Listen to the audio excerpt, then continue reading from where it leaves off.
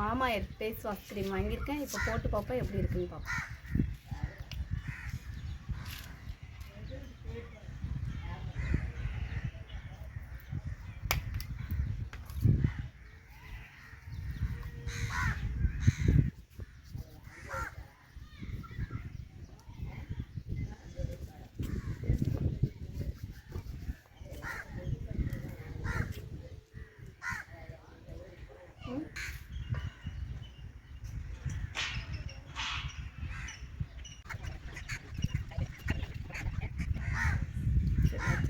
இப்போ தண்ணியை வச்சு கழுவிக்கிறேன்.